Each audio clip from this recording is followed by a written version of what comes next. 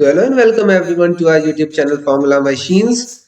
तो कल जैसे कि हमने डिस्कस किए थे प्रीवियस लेक्चर में, जो हमने डिस्कस किए थे इलेक्ट्रोस्टैटिक्स के कुछ इंपॉर्टेंट पॉइंट्स डिस्कस किए थे। ठीक है, तो आज हम करंट इलेक्ट्रिसिटी के इंपॉर्टेंट पॉइंट्स डिस्कस करने वाले हैं। ठीक, आज हम करंट इलेक्ट्रिसिटी के अच्छे अच्छे इंपॉर्टेंट पॉइंट्स डिस्कस करेंगे और उसके शॉर्ट नोट्स और समरी एक ही बार में, पूरा डिस्कस एक ही बार में हो जाएगा। आप लोग ये शॉर्ट नोट्स बना के रखिएगा, ये आपके एग्जाम टाइम पे काम आएंगे।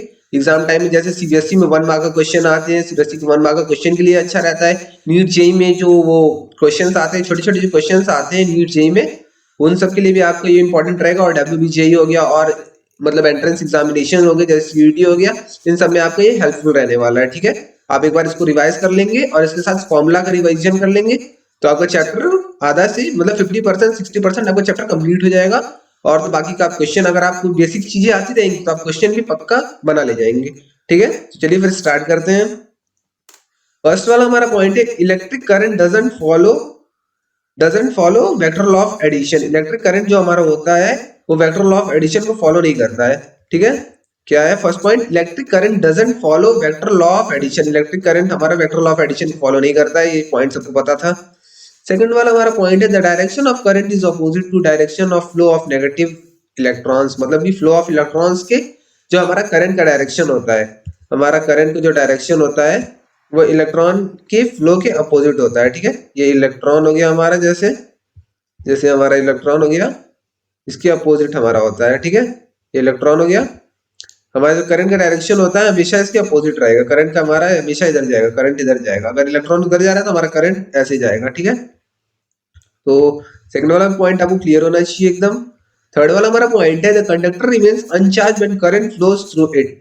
हमारा conductor remains uncharged when current flows through it. हमारा जो कंडक्टर होता है, हॉलो कंडक्टर के अंदर जीरो होती है इलेक्ट्रिक फील्ड और मैग्नेटिक फील्ड भी जीरो होती है। बट यहाँ दिया हुआ है कंडक्टर रिमेन्स अनचार्ज, कंडक्टर चार्ज नहीं होता। अगर उसके अंदर हम करंट भी फ्लो करा दे तब भी वो कंडक्टर अनचार्ज ही रहता है। ठीक है, the conductor remains uncharge even if we flow current through it. ठीक है, फोर्थ वाला हमारा पॉइंट है, the direction of drift velocity for electron in metal is opposite to applied field. जैसे कि हम इलेक्ट्रिक फील्ड अप्लाई कर रहे हैं, बट हमारा जो ड्रिफ्ट वेलोसिटी बीडी होता है, बीडी ड्रिफ्ट होता है, वो हमारा अप्लाइड इलेक्ट्रिक फील्ड के अपोजिट होता है। जैसे इलेक्ट्रिक फील्ड इधर को हम अप्लाई कर रहे हैं तो हमारा ड्रिफ्ट इधर होके जाएगा। ठीक है, ड्रिफ्ट हमारा इधर होगा, इलेक्ट्रिक फील्ड इधर होगी। ठीक है, ये दोनों एक दूसरे के हमेशा अपोजिट जाते हैं। फिफ्थ वाला हमारा पॉइंट है, as current increases the resistance decreases. As current increases the resistance decreases. Current जैसे जैसे इंक्रीज होता है रेजिस्टेंस हमारा डिक्रीज होता है। ओम्स लॉ से आप वेरीफाई कर सकते हैं। ठीक है, ओम्स लॉ आपको पता होगा, तो ये मतलब इनवर्सली प्रोपोर्शनल रहता है। फिर चलिए देख लीजिए एक बार, ये पॉइंट सारे देख लीजिए, नोट्स बना लीजिए आप एक बार अच्छे से। तो फिर चलते हैं आगे। सिक्स्थ वाला हमारा पॉइंट है, the equivalent resistance is greater than largest of individual resistance. Individual हमारा रेजिस्टेंस होता है जैसे 2 3 4 5 ओम, ऐसे इंडिविजुअल हमारा रेजिस्टेंस होता है। तो हमारा जो इक्विवेलेंट रेजिस्टेंस होता है, हमारा जो इक्विवेलेंट रेजिस्टेंस होता है वो हमेशा ग्रेटर होता है, मतलब लार्जेस्ट ऑफ इंडिविजुअल रेजिस्टेंस। हमारा जो सबसे बड़ा वाला है, मतलब 1 2 3 4 5 में 5 सबसे बड़ा है, तो हमारा जो इक्विवेलेंट रेजिस्टेंस होगा वो 5 से भी बड़ा होगा। ठीक है, ये इसमें पॉइंट में लिखा हुआ था, एक बार पढ़ लीजिए आप। सेवंथ वाला हमारा पॉइंट है, resistance of bismuth wire increases when placed in magnetic field. Bismuth wire का रेजिस्टेंस इंक्रीज हो जाता है अगर हम उसको मैग्नेटिक फील्ड में रखें तो। बिस्मुथ वायर का रेजिस्टेंस इंक्रीज होता है अगर हम उसको मैग्नेटिक फील्ड की बात हो रही है, मैग्नेटिक फील्ड में अगर हम उसको रखते हैं तो बिस्मुथ वायर का रेजिस्टेंस इंक्रीज हो जाता है।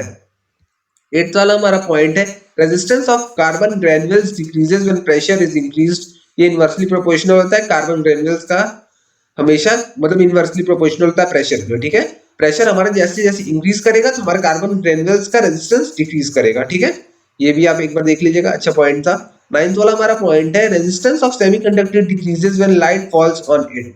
सेमीकंडक्टर का हमारा रेजिस्टेंस डिक्रीज कर जाता है जब उसके ऊपर लाइट फॉल होती है। जब लाइट फॉल होगी तो हमारा सेमीकंडक्टर का रेजिस्टेंस होगा डिक्रीज कर जाएगा। ठीक है, एक बार आप ये सारे पॉइंट्स भी देख लीजिएगा अच्छे से। ठीक है, देख लीजिए एक बार अच्छे से फिर से पॉइंट सारे, फिर आगे बढ़ते हैं। चलिए, 10th वाला हमारा पॉइंट है, the sum of current flowing towards a junction is equal to sum of current leaving. हमारा जो होता है sum of current flowing towards a junction is equals to sum of current leaving. जहां से जैसे हमारा गया करंट, हमारा करंट इधर से भी जा रहा है, हमारा करंट इधर से भी जा रहा है, और यहाँ से निकलेगा जो वो हमारा सेम ही करंट निकलेगा। जैसे यहाँ से हमारा 5 ओम जा रहा है, यहाँ से हमारा जैसे 5 ओम जा रहा है, और यहाँ से हमारा 4 ओम जा रहा है, तो यहाँ से जो निकलेगा ये टोटल करंट इतना ही निकलेगा, 549 ओम ही निकलेगा। बीच में कोई करंट आपका वेस्ट नहीं होता है, ठीक है, बीच में आपका कोई भी करंट वेस्ट नहीं होगा, ठीक है। ये वाला पॉइंट अच्छा था, इसको आप एक बार देख लीजिएगा। 11th वाला है हमारा, a galvanometer can be converted into an ammeter by connecting low resistance in parallel to the coil.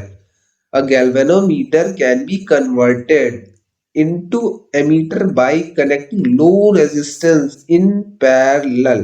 Low resistance in parallel, अगर low resistance आप पैरेलल में लगा देंगे तो हमारा गैल्वेनोमीटर जो है एमीटर की तरह काम करने लगेगा। ये आप फिजिक्स लैब में अपने देख सकते हैं, सीबीएसई प्रैक्टिकल में शायद ये है, क्योंकि पिछले साल तक था तो सीबीएसई प्रैक्टिकल में ये है। गैल्वेनोमीटर हमारा एमीटर में उसको कैसे कन्वर्ट कर सकते हैं, लो रेजिस्टेंस पैरेलल में लगा देंगे तो हमारा गैल्वेनोमीटर एमीटर की तरह काम करना स्टार्ट कर देगा, ठीक है। 12th वाले गैल्वेनोमीटर और एमीटर आप जाके फिजिक्स लैब में देख सकते हैं। अगर आपने नहीं देखा तो गैल्वेनोमीटर और एमीटर आप फिजिक्स लैब में जाके देख सकते हैं। तो हम चलिए देखते हैं अपना 12th वाला point, galvanometer can be converted into voltmeter bye connecting high resistance in series. Galvanometer को अगर आपको वोल्टमीटर में कनेक्ट करना है, मतलब कन्वर्ट करना है, सॉरी, तो हमको कनेक्ट उससे हाई रेजिस्टेंस सीरीज में, अगर सीरीज में आप हाई रेजिस्टेंस कनेक्ट कर रहे हैं तो हमारा गैल्वेनोमीटर वोल्टमीटर में कनेक्ट हो जाएगा, कन्वर्ट हो जाएगा, सॉरी, ठीक है। और गैल्वेनोमीटर को अगर एमीटर में कन्वर्ट करना है तो हम उसमें पैरेलल रेजिस्टेंस लगा देंगे। पैरेलल अगर लगाए तो एमीटर में कनेक्ट होगा, कन्वर्ट होगा, सॉरी। और गैल्वेनोमीटर में अगर हम सीरीज में लगाए हाई रेजिस्टेंस तो हमारा वो वोल्टमीटर में कन्वर्ट हो जाएगा, ठीक है। तो चलिए हम आगे देखते हैं। ये पॉइंट्स दोनों अच्छे हैं, इन दोनों को आप एक बार देख लीजिएगा, और फिजिक्स लैब में यूजफुल रहते हैं। फिजिक्स लैब में आता है इसका क्वेश्चन, आता है प्रैक्टिकल में रहता है इसका क्वेश्चन, एक बार आप इसको अच्छे से देख लीजिएगा, ठीक है। तो चलिए आगे देखते हैं। 13th वाला हमारा पॉइंट है, resistance of ideal ammeter is 0 whereas resistance of ideal voltmeter is infinite. कभी कभी रेजिस्टेंस हमसे पूछ देता है question, resistance of ideal ammeter, और हमको 2-3 ऑप्शन दे देता है, या क्वेश्चन में मतलब क्वेश्चन आ जाता है रेजिस्टेंस ऑफ एक आइडियल एमीटर है, उसका रेजिस्टेंस है आर, ऐसे करके आर नॉट कुछ भी आ जाता है क्वेश्चन, तो हमको हमेशा पता रहना चाहिए कि रेजिस्टेंस ऑफ आइडियल एमीटर हमेशा 0 होता है और रेजिस्टेंस ऑफ आइडियल वोल्टमीटर हमेशा इनफाइनाइट होता है, ठीक है। आइडियल एमीटर का 0 होता है और आइडियल वोल्टमीटर का इनफाइनाइट होता है, ठीक है। 14th वाला हम अपना पॉइंट देखते हैं। 14th वाला हमारा पॉइंट है, to increase the range of voltmeter. अगर आपको रेंज इंक्रीज करना है वोल्टमीटर का, a high resistance is connected in series with it, तो हमको उसके साथ हाई रेजिस्टेंस कनेक्ट करना होगा सीरीज में। अगर आपको रेंज इंक्रीज करना है वोल्टमीटर का अगर आपको रेंज इंक्रीज करना है तो हाई रेजिस्टेंस कनेक्ट कर दीजिए उसके साथ सीरीज में हाई रेजिस्टेंस कनेक्ट कर दीजिए, आपका रेंज इंक्रीज हो जाएगा। To increase the range of ammeter, अगर आपको एमीटर का रेंज अब इंक्रीज करना है, पहले आप वोल्टमीटर का रेंज इंक्रीज किए, अब आप एमीटर का रेंज इंक्रीज करना चाहते हैं, a shunt is connected in parallel. Shunt हमारा होता है, शंट आप फिजिक्स लैब में देख सकते हैं, ये तो आप गूगल पे एक बार गूगल कर लीजिएगा, शंट एक डिवाइस होता है, ठीक है।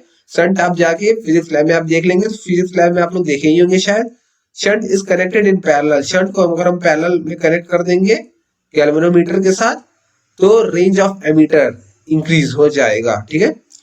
To increase the range of emitter, a shunt is connected in parallel with the galvanometer, ठीक है। एक बार अच्छे से पॉइंट्स देख लीजिएगा आगे, थैंक यू, ठीक है, खत्म हो गया।